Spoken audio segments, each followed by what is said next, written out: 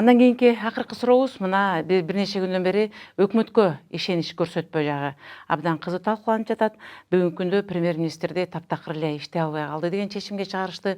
Ал эми биринчи вице-премьер-министр Жеңиш Разаков боюнча дагы элдин ою ар кандай кетип жатат. Ошол боюнча айтып кетсеңиз. Жана кыргыз устуханга келгенде эле ызылдашып калат деген сыяктуу бул депутаттыкка жана орунга келгенде эле биз абдан бир чоң саясат кылып жиберип атабыз. Мына алдыда дагы шайлоо келе атат. Бир нече партиялар өздөрү бүгүн даярданып жатканы белгилүү болду. Сиз ушул партиялардын ичинен кимге көбүрөөк саясатчы катары ишенич артасыз? Мен ишеничтен мурун бүгүнкү реалдуулукту айткым келет да. Бул балким көбүнө жакпайт, бирок бүгүнкү шайлоо системасын биз ошонун ичинде мен көпчүлүгү сындап жүргөн азыркы система бүгүнкү эреже бул жакшы эреже эмес. Ошондуктан биз жаңы эрежени киргизели деп мыйзам аркылуу ушул жумшак список преференциалдуу система шайлоо системасын киргизели деп мындай абдан аракет кылып жүрөбүз. Коомчулук муну укканы, түшүнгөнү баардыгы мен көрө элекмин, бул туура эмес экен деген баардыгы ошого макул болуп атат. Анткени мына биз жана бир топ депутаттар сунуш кылып аткан концепция эркиндикти, кенен укукту шайлоочуларга берүү. Эгерде бүгүн ким депутат болууну партиянын ана башы төрагасы аныктаса, мындан ары эл аныктасын. Элдин шайлоочунун укугу бүгүнкүдөн дагы кенен болсун. Бүгүн алар бир эле партияны шайлайт, а партиянын ичинде кимдер келет, аны уже партиянын төбөлдөрү чечет. Ошондуктан олигархтар, ошондуктан коомго мындай элдин батасын бербеген адамдар келип калып, жанагындай парламентке болгон жаман негатив, парламентке болгон кандай гана жакшы кылса дагы, жаман кылса да болбой эле жаман дей берген коомдо бир катуу туруктуу пикир жаралып калды да. Ошол бул жаман нерсе. Мамлекеттин өнүгүшүнө, коомдун биригишине, коомдун бир алдыга маданияттан баардык тарабынан алдыга жылууга бул өтө жакшы нерсе эмес. Жана эл өзү шайлаган институт парламенттен жиркенип турса. Эми ушул проблеманы бул чечүүнүн жолу кыргыздар ойлоп тапкан жок. Бул ойлонуп табылган, иштеген апробированный механизм. Преференциалдуу шайлоо системасы. Жарандар тикелей адамдарга добуш берген. Биз ошол системаны сунуш кылып атабыз. Мына сиздин сурооңузга бүгүнкү күнү эртең кандай келет дегенде, бүгүнкү көп олигархтар кайра эле келет. Каалайбызбы, каалабайбызбы келбейт. Мына интернет айнамында бийликтин партиясы биримдик деп списогун карап көргүлө. Анан кээ бирлер айтышы мүмкүн, бул список мындай болбойт, эртең алмашат деп. Бирок бат эле эртең 8 ай келет, ошондо коомчулук билет. Баягы жүздөр кайра эле келет. Кыргызстан кичинекей мамлекет. Бир 100дүн 80 олигархын баары тааныйт. Баары келебиз деп эле шымаланып чуркап жүрөт. Баары келет. Анткени бүгүнкү система өзү ошондой. Биз каалайбызбы, каалабайбызбы ошондой болот. Тилекке каршы. Ошондуктан мен ойлойм, парламентке азыр жалпы жонунан айтканда, кайсы партия көп акча чачса, ошолор келет.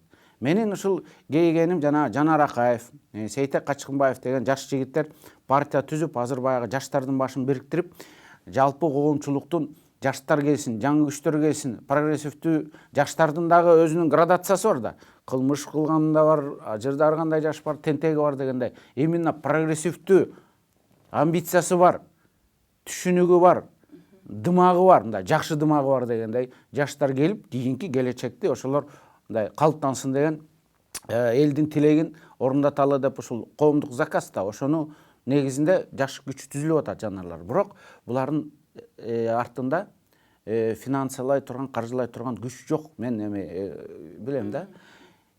Менин оюмча буларга өтө кыйын болот. Мындайча айтканда, ажыдарлар менен эле согушкан бир немедей болот да. Ошондуктан мен ойлойм, буларга кыйын болот. Ошондуктан коомчулук жана биз айтып атпайбызбы, акча албагыла, аң сезим өстү деп. Ошондой болсо экен, ылайым ошондой болсо экен, бирок тилекке каршы шайлоодо баары бир эле акча чоң роль ойноп кетет. Биз ошого даяр, азыркы система менен ошого даяр турушубуз. Мен жогоруда салыштырган сөзүмдү дагы бир жолу тактап кетейин. Бүгүн ушул депутаттык орунду бөлүштүрүү, негизги эле бийликти бөлүштүрүү кыргыз үчүн дагы деле болсо ошол устукан бөлүштүргөн сыяктуу тигиге уча жетпей калды, буга жамбаш бериш керек, буга чүкөлүү жилик бериш керек деген эле система менен келатабыз. Бул эмнеге барып такалат белгисиз. Ушул келаткан жогорку кеңешке шайлоодо биз жогоруда сиз айткандай байлар келет, анан акчалуулар келет, ал эми жөнөкөй калк дагы деле четте калып калат деген жерде түндүк түштүк маселеси көтөрүлүп, же болбосо эл экиге бөлүнүп бир мамлекеттин аброюна доо келтирген нерсени жасап албайбызбы? Жок, бул жанагы акчалуулар келет дегени ал жерде түндүк түштүк бөлүнүү жок. Акчалуулар келет дегени мен болгону баягы жымсалдабай ачуу болсо дагы жакпаса дагы коомчулукка чын эле жакпайт бул. Жакпаса дагы ушуну айтып коеюн деп атам. Анткени бүгүнкү система мына азыркы эреже боюнча эреже өзү ошондой. Эреже өзү ошондой. Партиялар, күчтүү партиялар өтөт деген. Кайсы партиялар өтөт? Эми шайлоого качкан партия бир 10 партия болсо 10 партиянын 3-өө өтөт азыркы 9% боюнча. Же 4-өө өтөт. 4-өө өткөндө ошол партиялар арасына партиялар дагы жөн эле мындай шайлоого бара бербейт. Алар акчасы көп партия эмне кылат? Ал политтехнологдорду жалдайт. Ал журналисттердин эң күчтүүлөрүн жалдайт. Ал артисттердин эң кымбаттарын жалдайт. Алар пиар рекламанын эң кымбаттарын жалдайт.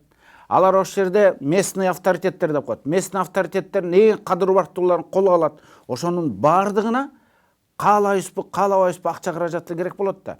Эми акча каражаты десе эле барып эле базардагыдай болот. Мен сага акча, сен мени колдо эмес да.